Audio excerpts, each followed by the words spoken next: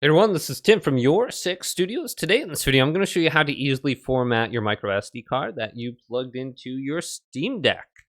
So what you want to do is go to Steam, go on down to Settings. Scroll on down under here, and if we go to Storage, we can see the breakup of all the games and stuff and how much free space we have. But if we go to the top, go to the right, we can see that our microSD card is plugged in. And I have 928 gigabytes free of 928 gigabytes. I currently have Windows 11 installed on this, so I'm not going to format it, but you can see in the center of the screen it says to use this Steam Deck drive with the Steam Deck, press Y to format it.